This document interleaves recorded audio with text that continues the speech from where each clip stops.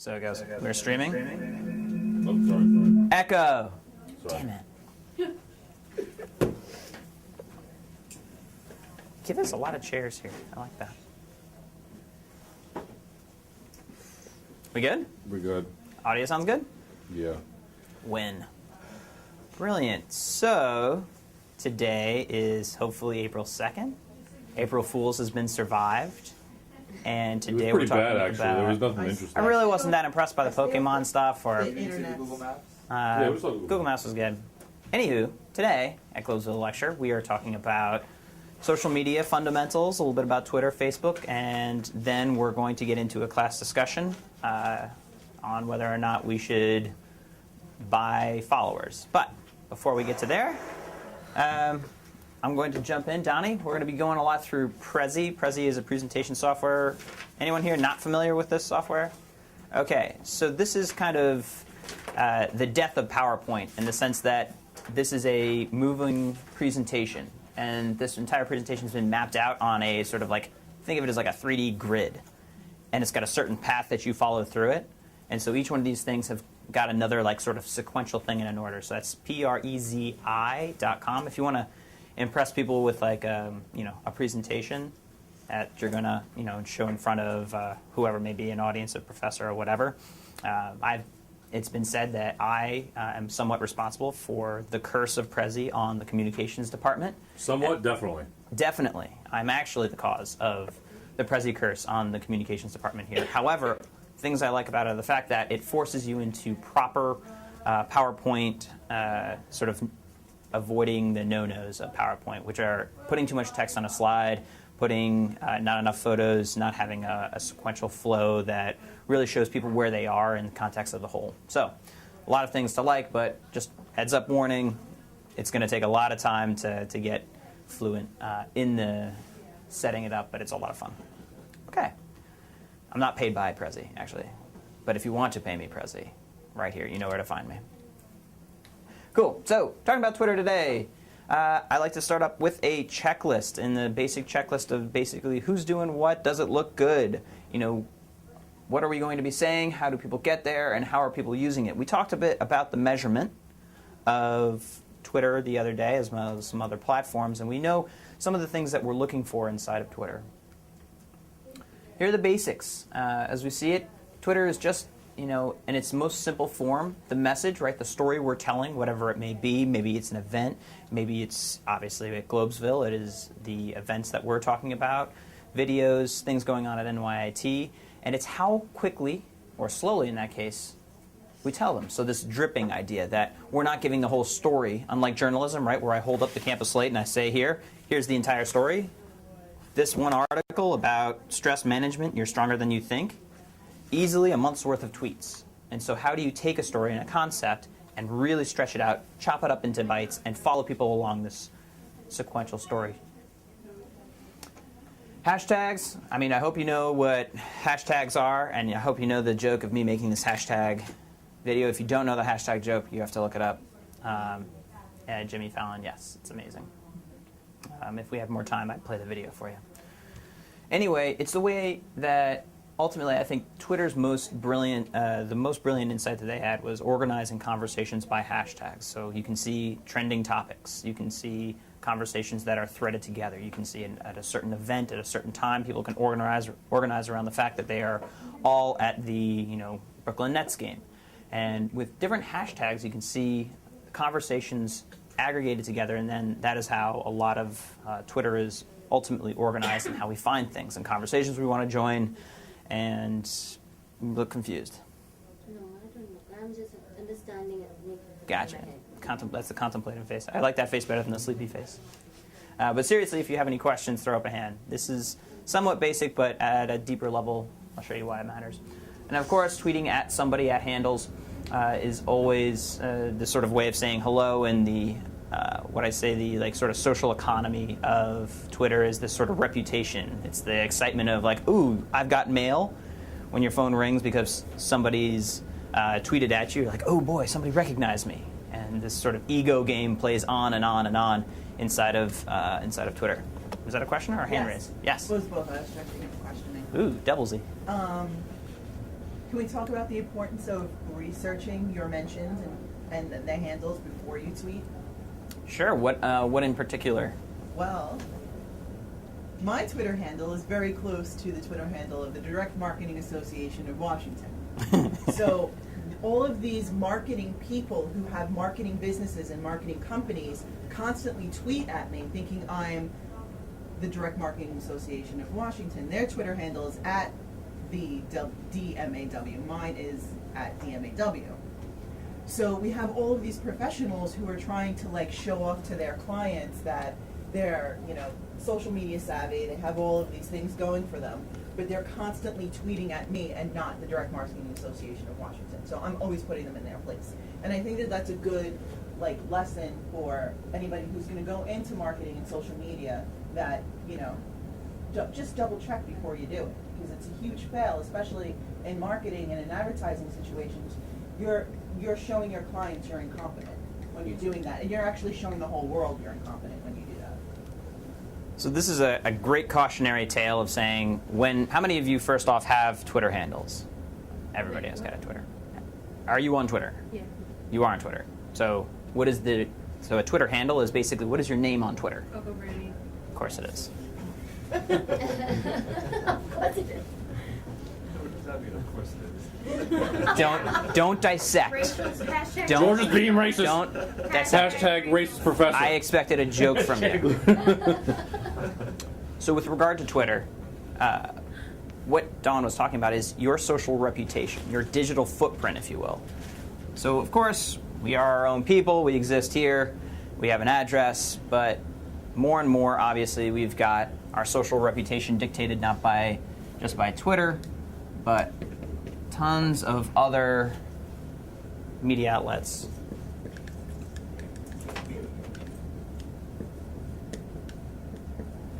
We have Insta,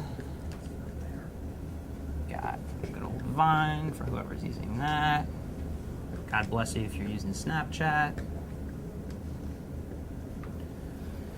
So there's a whole economy, a social reputation, and we have our own personal SEO and websites that's getting factored into this. And so each one of these elements, there's things that you build as sort of social equity. And when we're talking about who we're mentioning, each one of these folks are quantified based on what their influence is, how many people they have following them, how many times they get retweeted, and this score is only going to chase us as we go on. It's kind of like your new credit score. I'm going to show you a little bit more about clout and that social influence later, but I want you to be thinking as I go through this, not only how it relates to Globesville, but how it relates to your own personal social brand. All right, so some tips here. Scheduling using Hootsuite. So we're getting back into the practical nature of how we manage the fact that we, I'd say, can easily get away with 3 to 5 tweets a day. And that means you can use a scheduling tool such as Hootsuite. How many of you are familiar with Hootsuite? Okay, so this tool for free lets you set up, say I want to tweet on Friday, Saturday, Sunday, but I happen to know I'm going to a spring break party and I maybe shouldn't be tweeting. Fortunately, with this, we can schedule into the future when and where we want our tweets to go out. And this is getting to content calendars, it's thinking about holidays, and allowing it to seem active even though we're not around. Every major company should be thinking about how they're both scheduling tweets but also reacting in live. It's not a replacement for it, but this is a great way to supplement the amount of tweets you need. So inside of Twitter, there's this handy little doodad, search. And for search, the thing to realize is this is how we can find topics. So let's say we're looking for research on childcare. Suddenly a search in here reveals the conversation, and we can look at who are the top people that are probably informing the conversation around it. Who might we want to tweet at to gain this social reputation, to be a part of the conversation? We're looking for folks that will be toward the top that are more retweeted. And it's clear that Forbes women in this case, or this particular search this time, are leading the search on that. At Dan Zarella, super smart guy, studies a lot about Twitter. Fun facts that he says, that he says about getting more retweets. Familiar with what a retweet is? You tweet out something great, someone's like, oh, that's awesome, and they lazily retweet it. So things that drive these retweets, things with links. So having links, you can see, is 3x more likely to get a retweet. Ask for retweets, literally putting in please retweet.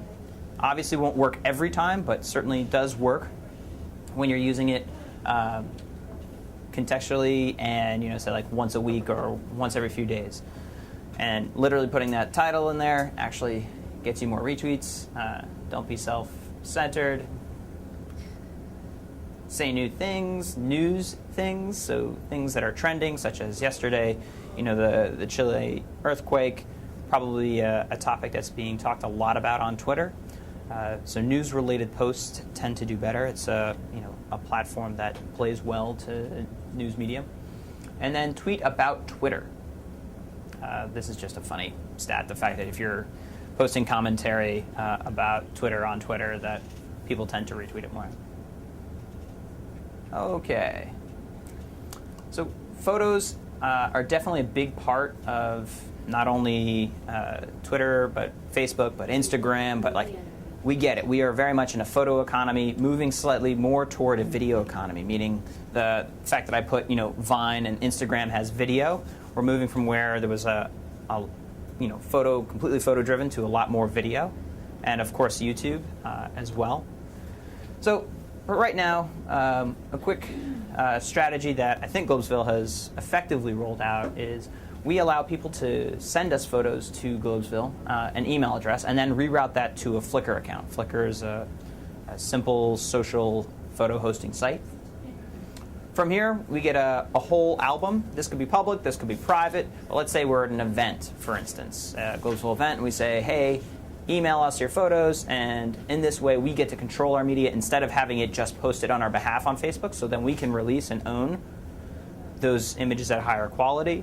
We can choose when and how to release it, and is giving us a greater level of control, and also let us, in this case, this is Teens for Genes, a campaign we ran at DoSomething.org, raising genes for homeless teenagers across the country, where they were able to email in their photos, and then we made an embedded album.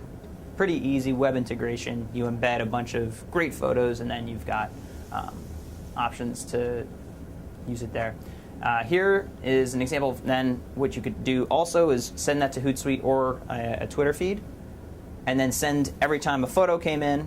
You could then release that the way Charity Water does on a daily basis, and every single day they've got a photo of the day.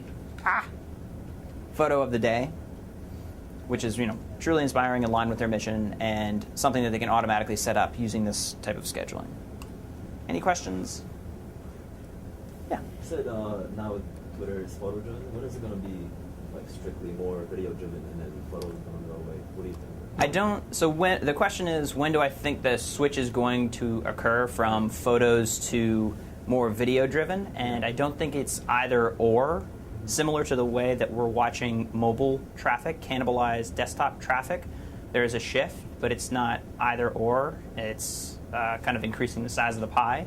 And we're looking at an increase of market share of Vine and Instagram video. But I think it's going to reach a natural equilibrium after swinging kind of maybe more extreme to the other way. But photos still have got the... I'd say they have the market on being able to instantly communicate a concept visually. It is just fundamental. It's a fundamental thing, and the way Vine has kind of been treating video because of this sort of start activation, because it takes a click to literally start the video. Vine has gotten that out of the way. It's it just automatically loads it for you. In the same way the photo kind of instantly communicates to you. Are you familiar with what Vine is? I know what it is, but I don't know. Yeah, that's an initial problem there. Why? The initial problem for Vine is that a lot of people haven't started adopting it. The thing also with Vine and that instant starting of videos is that they understand that in the same way the image has to immediately communicate something, that's what they're trying to do with their 7-second videos. The other component that you look for is... But Vine is new too. It started in 2013, right? It came up in 2013, Yeah. Vine? Yeah. It's new too. Very new. Very new. Yeah. That's why people are not able to adapt to it that fast. Yeah, it's interesting to see the way that we respond to the kind of social media updates and how we shape our communication channel, then it shapes us kind of game. The other factor I was going to say is looking at 3G, 4G connectivity through phones and saying like, all right, as more people get data plans and our ability to like upload this nonsense, the more it's going to be passable. So sorry, we were just talking about Vine. It's an app. You can do funny things. It's looping video. Encourage you to play with it so you see at least what the hype is about and understanding the medium. So when it comes time, you too can create your own whaling video. Currently, a trend right now on Vine is whaling. Anybody familiar with that? Have you created a whaling video? What is whaling? No, I said that we need to wait for you to do it. I don't think I'm about to do it. What is Can't whaling? wait for things to be viral. You just got to It's do kind it. of like a swim, I guess. Do you you could call it. understand why we wanted to wait for you to do it? Yes. Do you get Do you know what whaling is? I don't know how to swim. It's kind of like swimming. Like I'm not gonna do it, but like that. It's these I do stupid series of that. videos where people just kind of like breach like a whale in front of things. So they'll do it in an office, do it in a McDonald's, do it like I don't In a car. understand how that's funny. It's really not, but everybody's doing it. It was. And just- it's funny because our professor owns a business called Whole Whale. Oh. So I that's. didn't know that. Did you see my tweet? I tweeted Oh, about You it. did. rainbows. Like the whole thing with planking when everyone did that. why? Yeah, that's exactly it. Okay. So Facebook, checklist on Facebook. We've got the design. Does it look good? So we've got our heading profile. We've got our logo, making sure that it's consistent with whatever our brand is trying to communicate. We can change that. But people are super judgy, which is why you have to make sure on first glance things look good enough. On our staff, who is managing it? So for Globesville, who is managing our Facebook? Is that Tara? Okay. If you don't have somebody in charge, it tends to be a sort of like tragedy of the commons where nobody takes care of it. So at least having one point person and then allowing other people to have control over making posts when they need to. The content, what are we saying? Marketing, how are people getting there? And of course measurement, which we talked about on Insights. So basics, profile, and this obviously I think Facebook is going to come out with yet another update I think to pages very, very shortly. But for now we have our likes talking about this, and then these customized areas where you can put in current campaigns or other tabs. These tabs don't tend to get a lot of clicks at all, unfortunately, but they're there for us to customize. We talked about Facebook likes, fans, talking about this, reach. Which of these numbers is the most important for engagement? What do you guys think?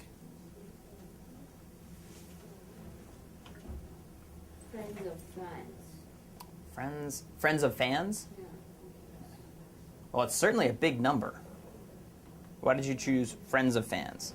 Because when I like something, and like if it's a video that comes up like Pitbulls or any video, I like it, then all my friends also go and like it who are the fans of Pitbull, and then it keeps on increasing because people are going nuts over there.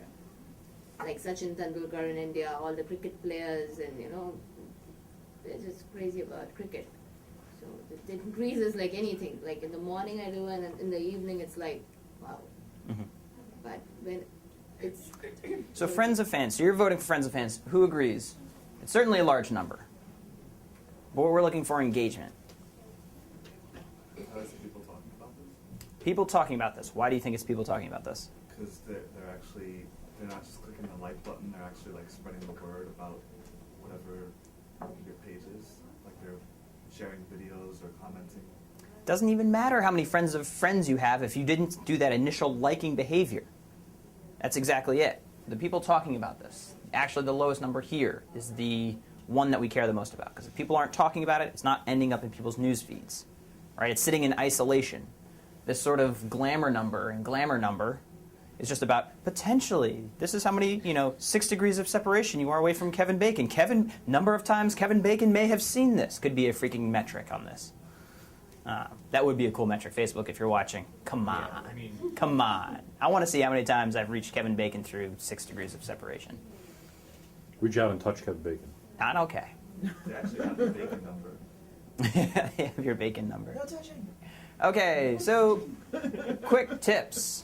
When we're crafting posts, I'm going to read this out. After this elephant was injured by a landmine, veterinarians gave him a new lease on life with a prosthetic leg. Like this if it made you smile. And we can see that there are 500,000 people that liked it and 18,000 shares. One of the reasons that this particular post did so well, this was a post that DoSomething.org made, because of that photo.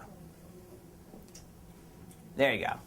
Like an awe face, this awe reaction. It This has is the first time we haven't had an all reaction for this. We didn't have an awe reaction at all. Yeah, we just had. I'm numbed to this photo now. You're numbed to this It's photo. it's like the 4th time I've seen it at this point. You can't not look at it and say, like, this is, amazing, makes me smile, it's very uplifting. And this is what, we call, when we say a photo economy on Facebook. People are reacting emotionally, either highly positive, highly negative, and then inspiring this interaction, right? If this photo were just sort of like a, smiley face, right? A run-of-the-mill smiley face. You like this shrugging reaction, like if it makes you shrug, you're not going to like that. You're not going to comment on it. So we're trying to play with the extremes and inspire a reaction out of people when we choose our photos. And the other factor here is the like this if it made you smile is a direct call to action.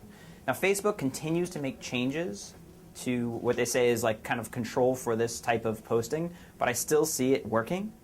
And even though they are, putting restrictions out there on that type of post, it still works so far. I went to the city yesterday, and the sister of Zuckerberg, I think on her brand day, she was doing like a presentation on Facebook, and she said whenever somebody like writes a status, and that you should always post a picture right after. Yeah, and posting the picture unique to Facebook, you want to make sure that this photo is actually uploaded to Facebook, because in the algorithm that determines whether or not things end up in the like feed, it will give you an extra bump when this photo is actually uploaded to Facebook rather than hosted on another site, because it helps their own ad network and they like to promote their own content because they're trying to make money. Never forget that. Tagging crowds. So let's say I took a picture of everyone and I posted it up, and then I went through and tagged everybody. Tremendously effective when you go through. So something to think about certainly for our events and posting them up, and why we want people to tag it. Because what happens when you tag somebody in a photo? It ends up in their newsfeed. This is a bit difficult as a fan page, but you can do it as an individual. So small groups, it works. EdgeRank, some basics on EdgeRank. First off, do you guys know what EdgeRank is? That is the algorithm I was describing in Facebook. And it determines whether or not something is going to be posted in your feed. And the fundamentals of it are... Stop that. Prezi, don't be a jerk. Okay, the fundamentals of it are the affinity, weight, and time decay. Right? My relationship to the post, how much interaction it's had, how long it's been since it was posted. And so this is it kind of broken out.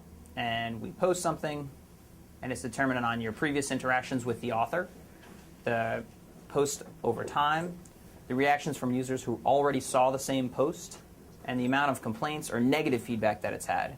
So it's different ways of aggregating how folks are interacting with this post, because Facebook's whole job is to give you entertaining, useful shit on the feed so you stay on the site longer. And so this algorithm has been refined over time, and these are just the basic fundamentals of it.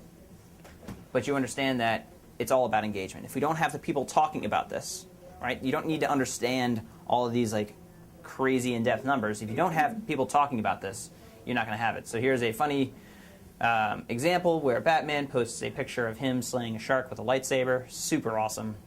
And in this case, it's probably showing up in Robin Hood's feed because he frequently interacts with Batman's posts. He tends to engage the most with photos and links, and Batman's post has more engagement than usual because this is a super awesome photo, and there's no negative feedback. So this means that when Robin logs onto his Facebook, looks at his news feed, he is likely to just automatically have this show up in his feed. Because Facebook's like, oh, Robin, you're probably going to want to see this post on Batman's page. Making sense a little bit? And then, in the case of Bane down here, it's less likely that he sees a post because of his behavior and relationship to the page. Even though he likes Batman's page, he's probably not going to see this post because he rarely interacts with Batman's posts. The comments on most statuses, he sometimes likes, and in this particular post, there was lots of negative feedback.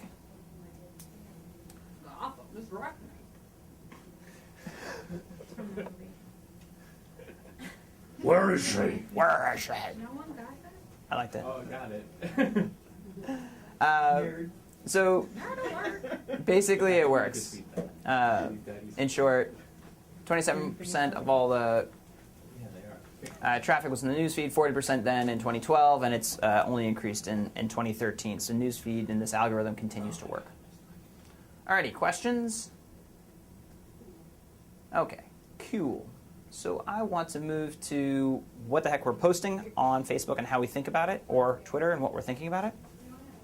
So for here, healthy diet, we listen, highlight, self-promotion, and inform. If we're thinking about a food wheel, we get these different elements in here, and the self-promotion, I think, is the key to take away from this.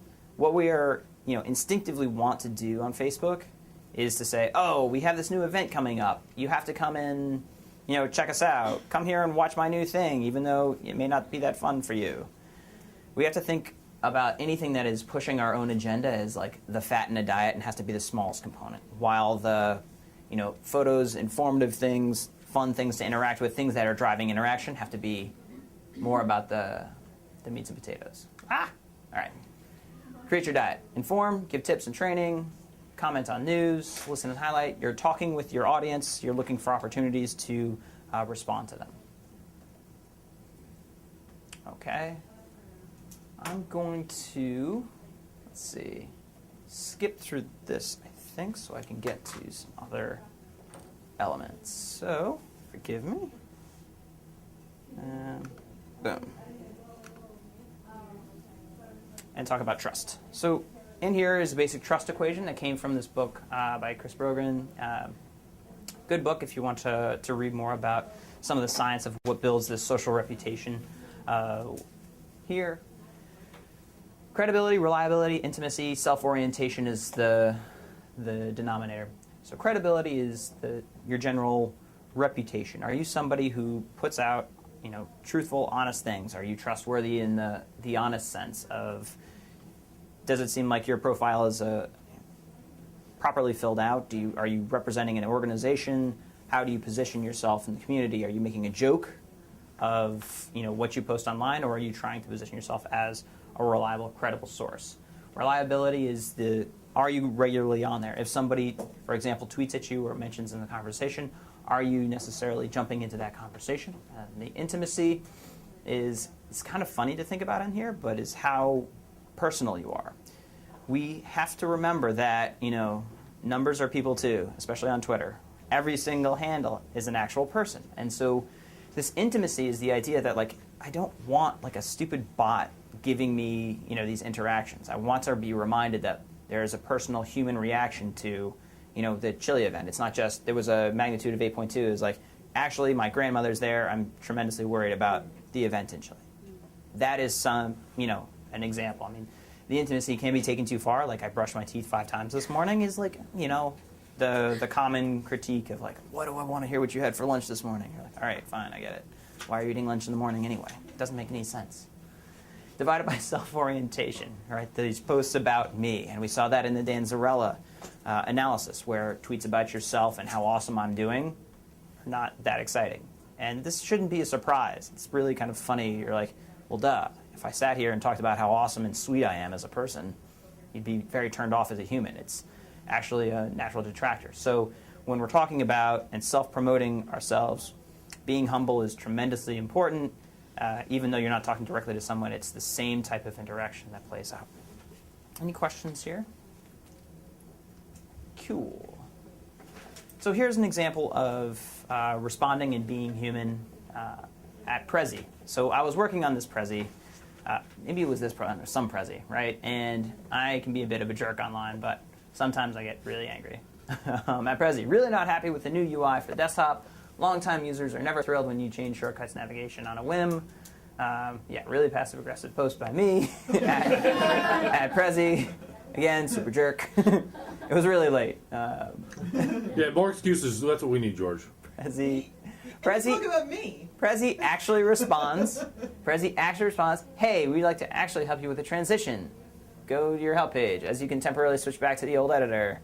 And I said, yep, please add to bugs, blah, blah, blah, blah, blah. And then they go back to, you can enable shortcuts and options. And they are actually helping me through this process. So as you think about it, they could have just forgotten about it, not been responding at all. But by being socially engaged, paying attention to when people tweet at them, they were able to join this conversation and turn my frustration into an example. And by the way, I've now spread Prezi through the communications department at NYIT, which means you all are going to then go on and then spread that through other organizations. So thinking about how one conversation that stopped me from getting super frustrated led to this then expands to my network.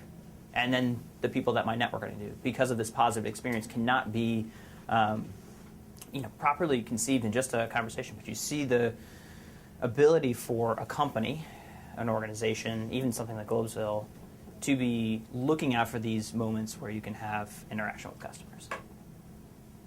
JetBlue, same thing. I was complaining about a plane, and they got back to me. Yeah, they always get back to me when I tweet.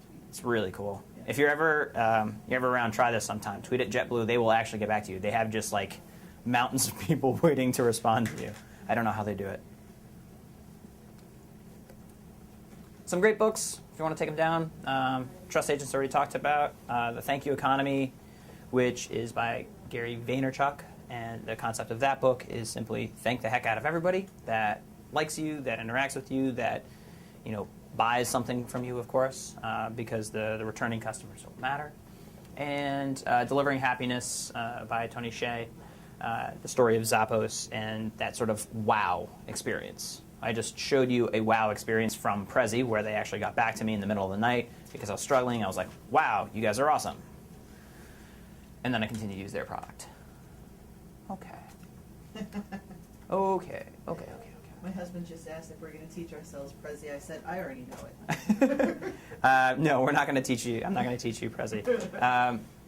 So I want to now talked about trust. I would like to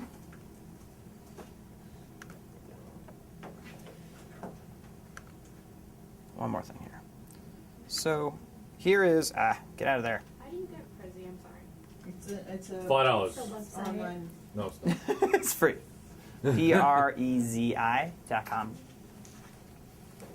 Okay, so social mapping, we remember inside of our network. Say we've got, how many followers does Globesville have? On Facebook, 210. 210. And on Twitter? Twitter is one. That's okay. 183. 183. 183. Oh, I don't want. So each one of those 183 have got a network like this. This is a very simplified network, of course, I gave the social soccer guys network. permission to tweet on behalf of Globesville when they go to sporting events and stuff, so they can live tweet the sporting Brilliant. events. Nice job. Very, very smart. And they already got us more followers. That's so smart. You get a high five for the being smart. Wow. Wow. George actually thinks I did something right. Mark this down on the calendar, ladies and gentlemen. It's not. We're like, we are, it's like I'm here like deprived of reinforcement. Cool. Anyway, of our 103 people, each one of our followers, we have to remember, has got a network. And what, let's say in this particular example, what Dawn was able to do is she said, well, heck, the entire soccer network and one individual person tweeting from that account has got a network of people, in this case the soccer team. And all of these people have individual relationships here. But we realize that some of these people are more connected than others, right? Poor little Andrew out here, isolated, not the coolest kid on campus. However, Bob, sweet winner. He's connected to everybody. And this happens in every single social network that you're a part of. It happens in the lunchroom, it happens on the soccer team, and it certainly happens on Twitter. So the question is, how do we find our Bobs? How do we find the people that are super socially connected? How would we do that for Globesville? Is it even possible, or am I just randomly making up ideas? How would we do this? I'm looking for ideas. How do we find Bob? Not okay. that's actually okay. That's pretty funny. How would we find the people with the most social influence, the most connections? Looking at their friends list. All right, so we go through and look at their friends list. Yeah, it's very huge, and and if you send a message and they reply you right away and they want to have a conversation with you, and you see that they're social, and So we would ask Greg to literally, so like, well, let's play this out. We'll literally, Greg, go on there and go find me people who have the most friends. And the question is, how would he go about doing it? Would he go through one by one and look them up? that's where even I fall short of ideas. That was my first idea. Now I don't know what But we understand why we want to do it. And so before we send Greg on Task Terrible here, let's take a beat and think. It's not nice, George. First one was good. After that, I don't know. Not nice. I'm not genius. I don't know. I just So this is the Grassroot Project, really great project working out of DC on AIDS awareness in middle school. And here is a breakdown of all of their followers based on weight of how many followers their followers have. Are you following? LOL. So we can see that, for example, they've got 176 people that have 1 to 49 followers. They've got 23 people that have 5,000 to 10,000 followers. They've got 9 people, 100K to 500K. And they have some up here at the million range. And so you can get distributions like this automatically. This is from a Twitter following app through social report. So there are automatic tools out there, in here, that then allow you to look at individual people and then their rank and sort them.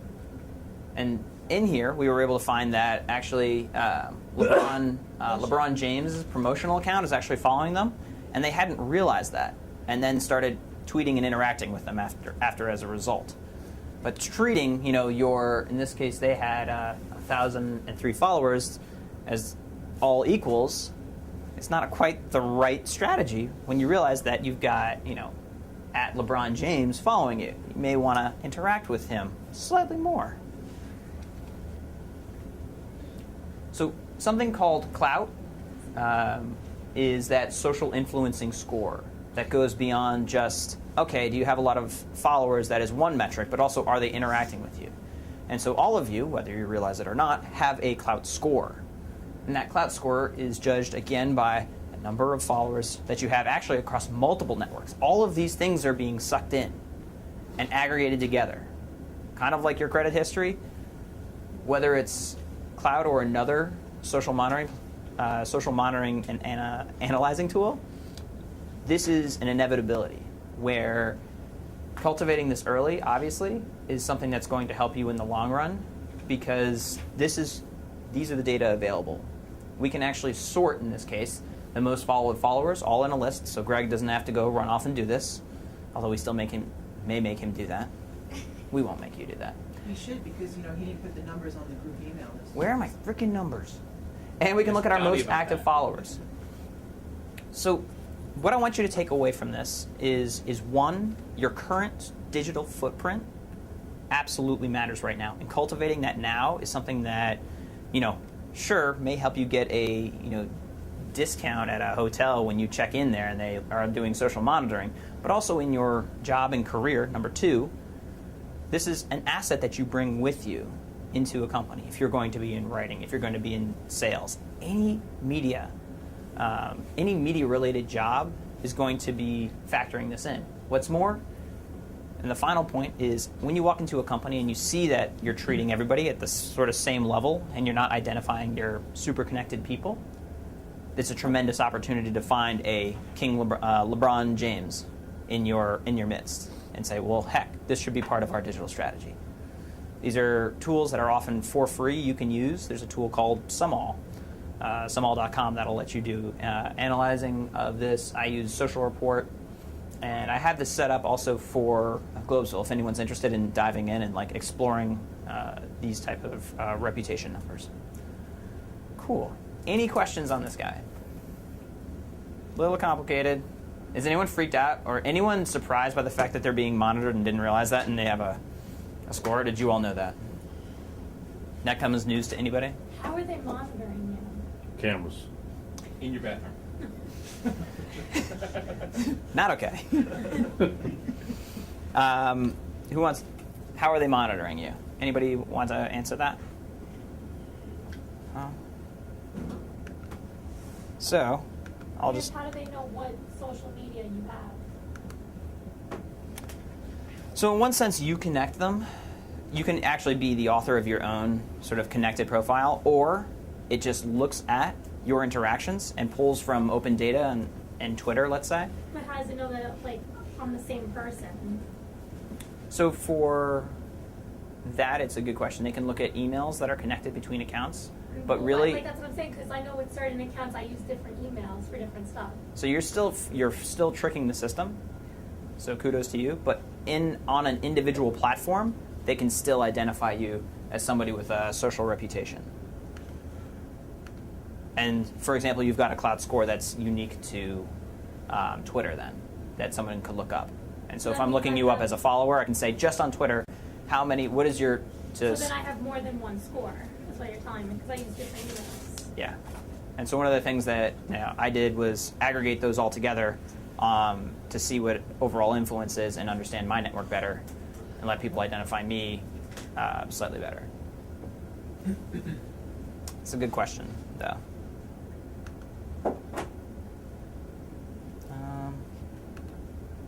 So here's Globesville. Nice job on that soccer bump. We can see this is probably due to soccer. And we have our list down here. Most active followers and most followed followers, just for Globesville. And we can see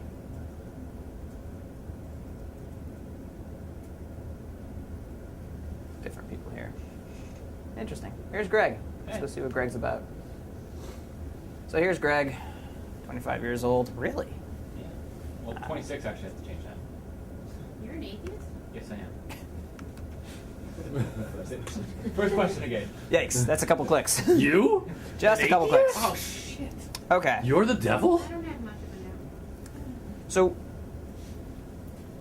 it's good to consider it. You see, like, what I'm talking about is, like, as far as social equity, it's being measured, it's being used, it can be leveraged by you. Next, I want to talk about, so we just talked about how, reputation slightly works on social platforms. And right now we are saying, like, George, Where's the black one? I know, but I did the stupid thing where I left it on. Once you go black, then you go back. This is a crazy one. I don't like this.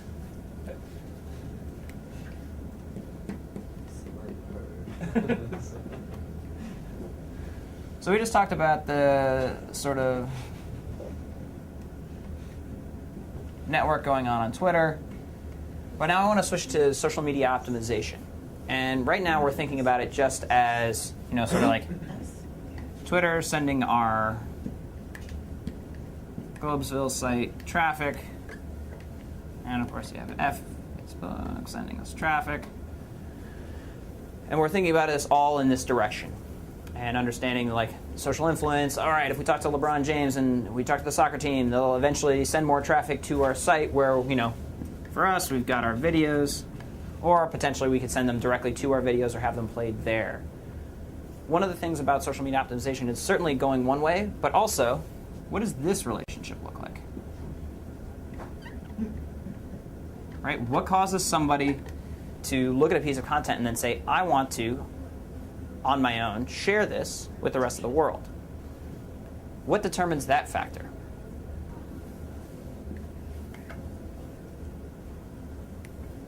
Why do you share anything online? If it's something that would be interested, I think people would be interested. And what is the normal way that you're going to find and share that? Well, a lot of websites now have like a share button incorporated into them. Yes. Anyone here familiar with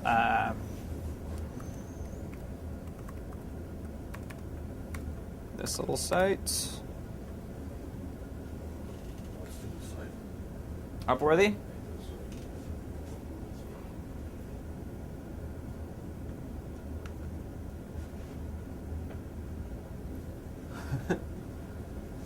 They've got, right now, one of the best recipes for social media optimization, for why someone's going to share a topic. They've got a hook, a great title that's going to share well.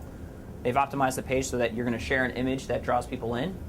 And then what is it clear with the visual real estate alone? What do they want you to do on this page? Share this something. Share the Do heck it. out of it. Share this, right? Share it. We've got the share on Facebook, share on Twitter. And by the way, when I go to the bottom, I still have social icons here. Whoop. You had. And then they went away. And then they want more stuff like this, trying to get you to sign up for email. They used to also, and like we see below each video, sorry, here we go. Below each video, again, if you count the total of shares on here, it's upwards of 10 on any given page. They understand that being optimized for social is the life breath of whether or not people are going to read it and interact with it.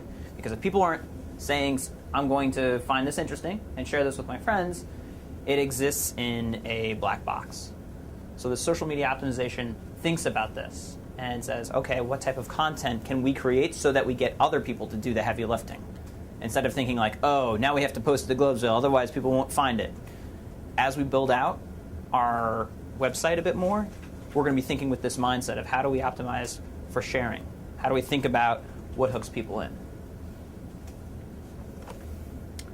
Here is some actual analytics on overall shares. I know. The amount of times I've shown you new dashboards is just staggering. This is a tool called Add This.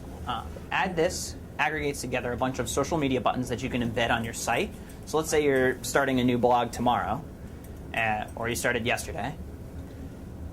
By putting in Add This, which is a free tool, it'll put together a little suite of social media buttons that you can then embed on every single page. You can put it floating on the side. You don't need to know any code other than copy and paste. And then it'll give you aggregated shares over time.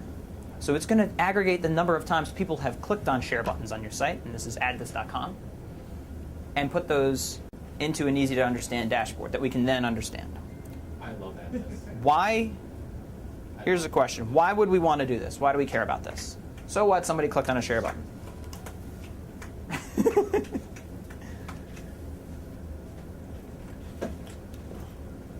Why do you think this is useful? To see which of your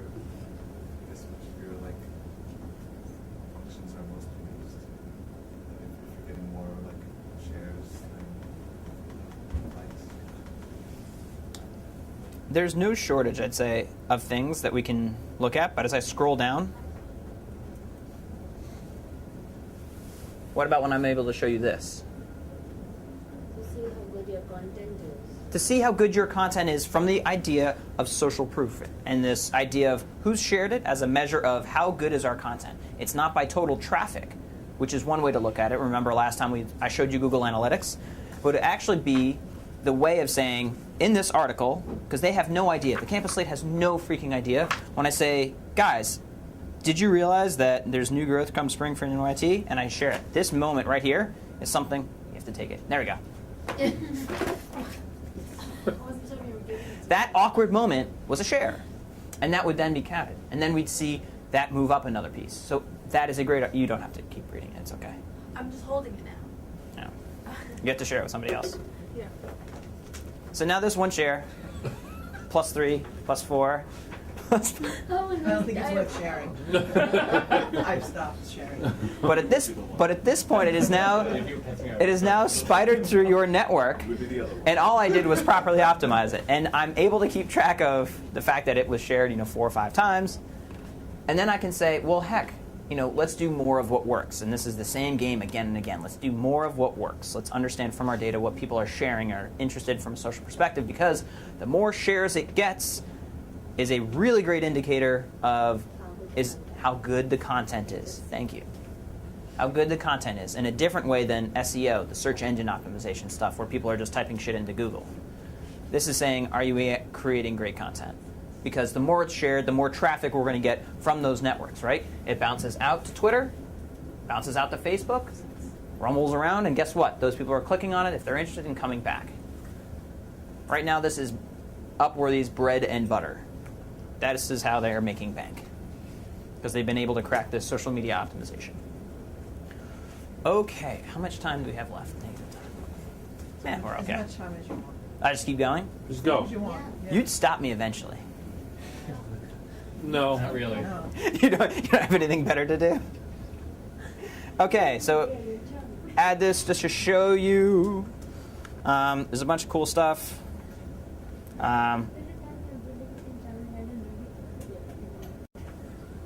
Just to see if I can creep you out a little bit on this.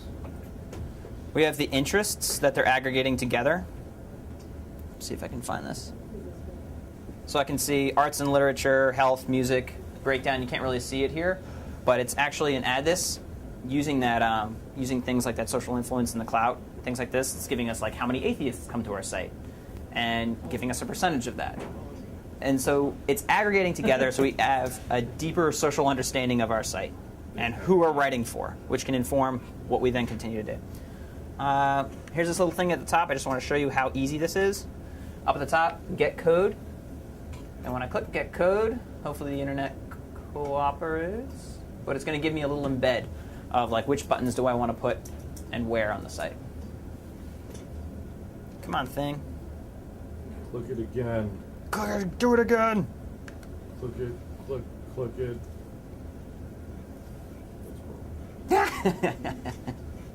Great.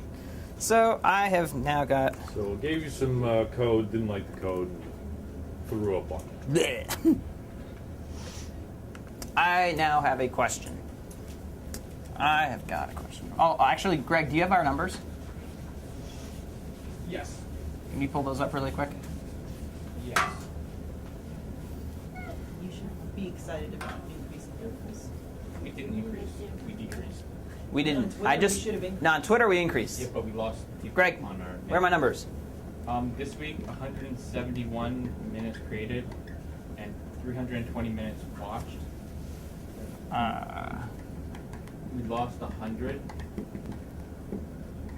people because people unsubscribed to MailChimp. Well, we added people to MailChimp. In the name. and Okay, hold sent on. an email out. I did a terrible job writing things down. Created 171. 171. Watched. 320. That wasn't at all. And reach. Negative 100. Negative 100. Because we lost people. Because we sent out an email and then we instantly got unsubscribed from like 100 people. Okay. The emails? Okay, so created. We understand where these numbers are coming from. Remember, this is the aggregation of everything together. Right now, we are creating, for better or worse. Sorry, because if I stand over here, it's clear that I'm out of frame, but he doesn't care. Watched. How many minutes watched? 320. Pretty good. Just in the last week, 320 minutes across YouTube, across whatever platforms on, I think, live stream we have. And then reach dropped by 100. What's our total reach right now, Greg? Our total reach is 2323. So right now, that reach number, though, 23, remember, looks like something like that kind of chart. So just remember that in context. That is our reach, right? Because we gained a whole bunch of followers, a whole bunch of reach really quickly when we updated our MailChimp with a bunch of things, with a bunch of alumni email addresses. We sent out an email, and some of those people unsubscribed. And so, just really quickly, here is our, come on, George. Here's our dashboard, and we can see that our list growth kind of dropped, but this is where they're going up and down. So in that blast, here's the question. What do we think, remember what we were saying when that blast went out? What do we think the open rate was of that email blast? I'm not showing it to you. What do we think the open rate is? First off, what is open rate?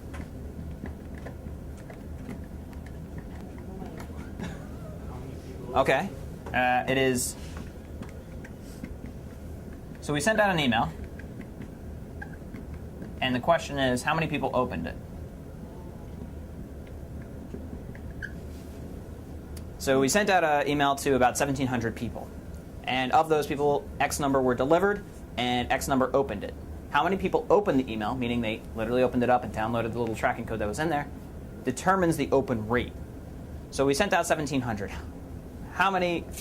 What do you think the open rate was for this? Do you think it was over or under 50%? Do you think it was? Raise your hand if you think it was over 50%. All right, raise your hand if you think it was over 40%. Do you know what that means? All right. I'm not gonna assume it because I don't do it. I mean, what it is, it is. I'm not gonna do it. You're not playing the game. You're not gonna play the game. I'm not at all. in the game. Okay. So we actually are able to get these numbers right here. And reveal the big reveal. And we've got 200 of our 1,791. We can see how many people opened it. 280 people opened it. So that's 16.8%. Is that good or bad? Does that surprise anybody? Yeah, I see some sad faces.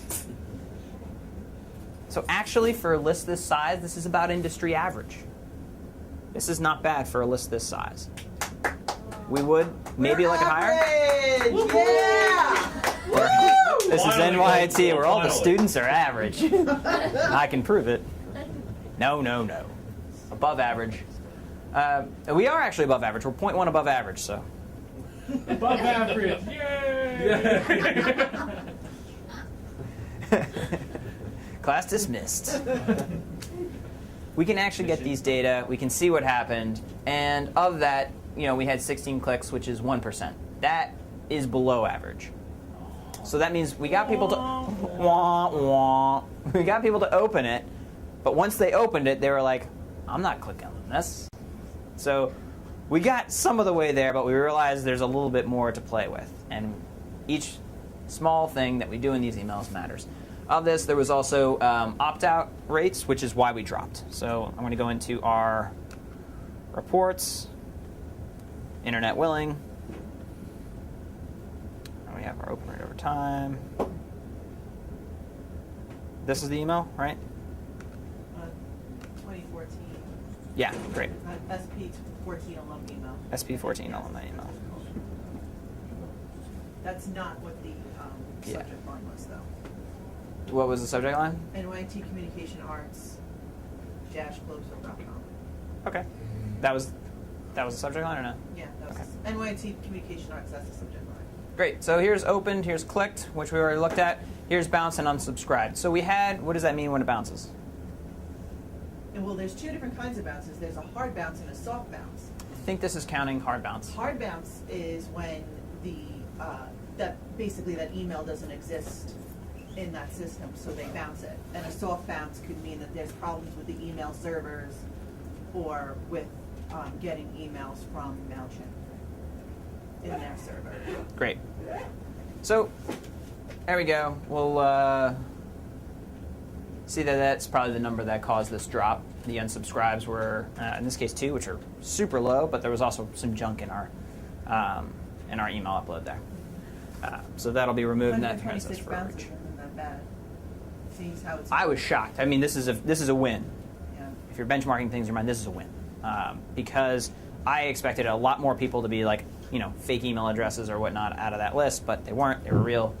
We just need to think about what we're putting in the actual email. Okay. So I want to move on. It counts both soft and hard bounces together. Yeah, Yeah. thanks. Is it automatically removing those? It automatically removes the hard bounces, but it doesn't automatically remove the soft bounces. Yeah, Thanks. So there's 114 hard bounces which are automatically removed. Great. Give you one. Don't All right. you start that. So we realize our reach just dropped a little bit, and the question I want to pose to you is, I've got I've got $10, and what if I could say I could get us 1,000 followers with $10?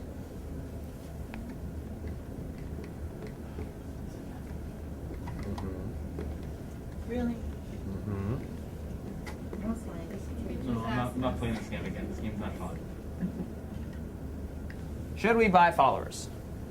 For $10, we can, I kid you not, we can buy 1,000 followers. Or Munchkins. I vote Munchkins. So we're going to be taking a vote, and I'm going to put up $10 of my own money for this. Whether or not we want to do it, I don't have $10. I might have $10. I'm good for it. That's as good as money. I got an IOU. Discuss. Bonus 20. Pro or con? What do you guys think? Followers as well. Talk to me. Should we buy Twitter followers? No. Yeah, why not? Take it till you make it. Okay. Like, I'm gonna make it rain today.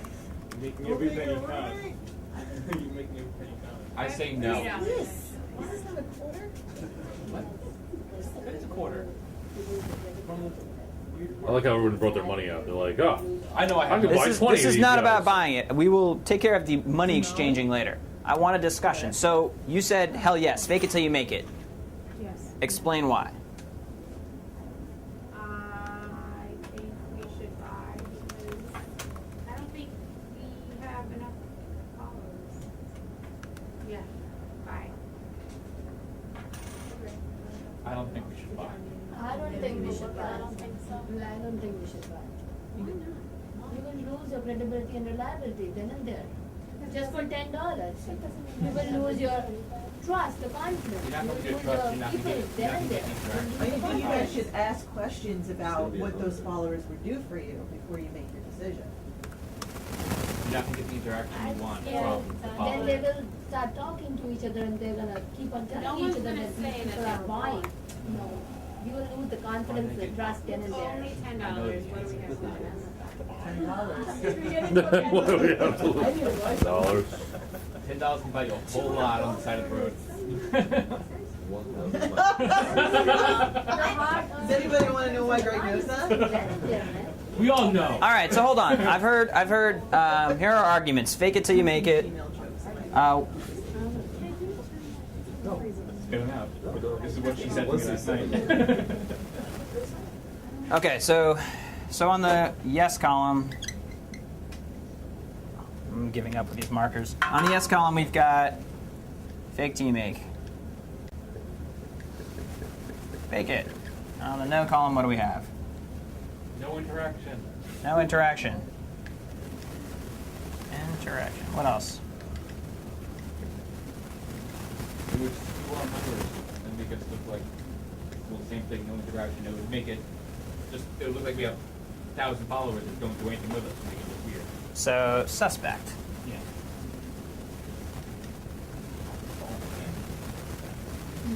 So now that you've pointed that The night is young. You will lose your credibility and reliability.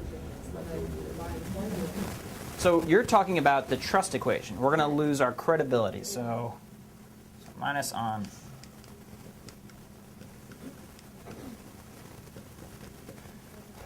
I'll play devil's advocate though on a second. For a second though, what about the elements of social proof? The fact that if a lot of people like a thing, we're more likely to jump on board. When we do a cursory analysis of, say, a company online, when we look at somebody and whether or not they're important or not, we don't have the sophisticated clout view. We say we're looking at two people with total number of followers. Which has more is the sort of simple comparison. If they've got 2,000 followers, you're like, oh, that person's more liked, respected than somebody who's got 100 followers. And the average person is not doing a deep dive on this.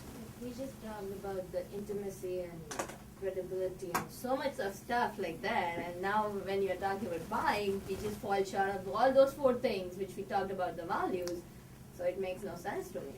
Great, confused. Mission accomplished. What else? Why? I mean, the fake it till we make it is there's a little bit of social proof here. Fake social proof, but there's a little.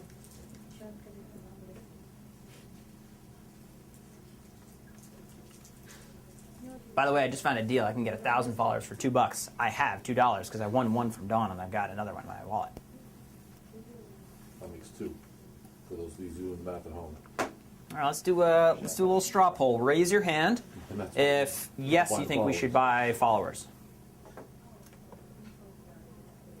Okay, 2. And It's not my money. Okay, go. raise your hand. Apparently it's my money. Raise your hand. Raise your hand if you're undecided. I'll allow undecideds. Raise your hand if you think no. Okay. It's not your money. I will literally fork over the $2 to $10 it takes. I've got access to resources beyond my measly $3 I apparently like have. his wife. That's awkward. Hey, honey. Spot me $10? All right, so why did you say no?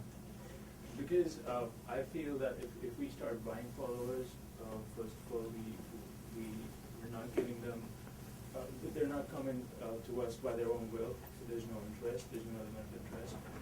And secondly, we should, instead of buying them, we should try to improve ourselves and the content and reach out to them and convince them to join us rather than buying followers.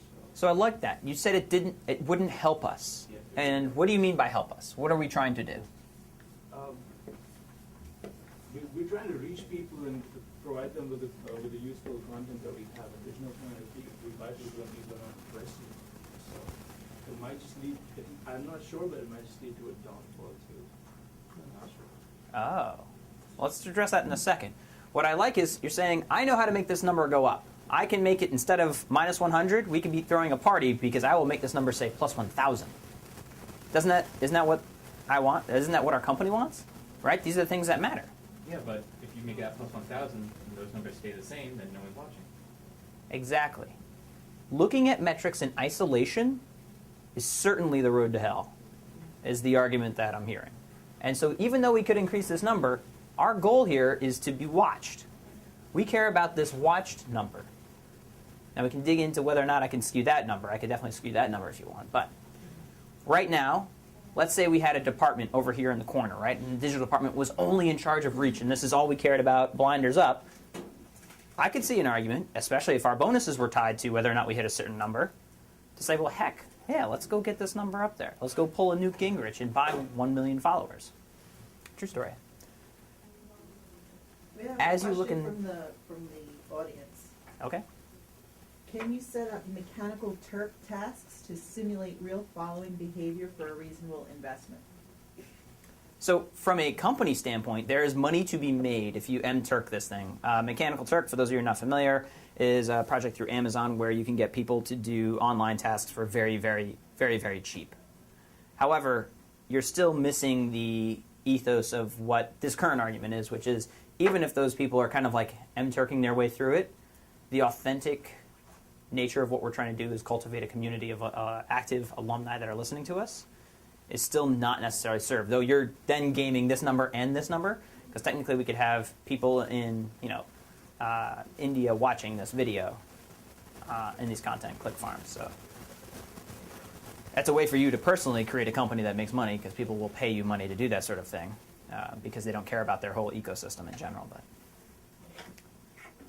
your question in the part, though, wouldn't those numbers go down?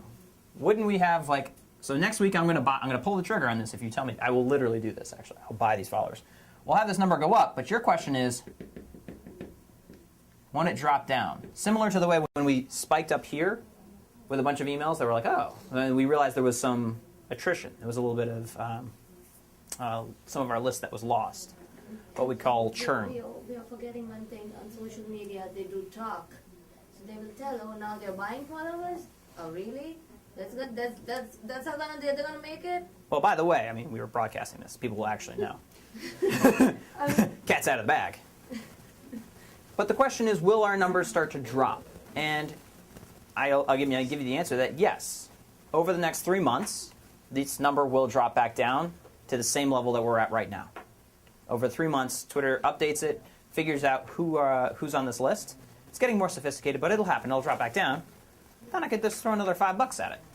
Send it right back up. I feel like that's a waste of my dollar. You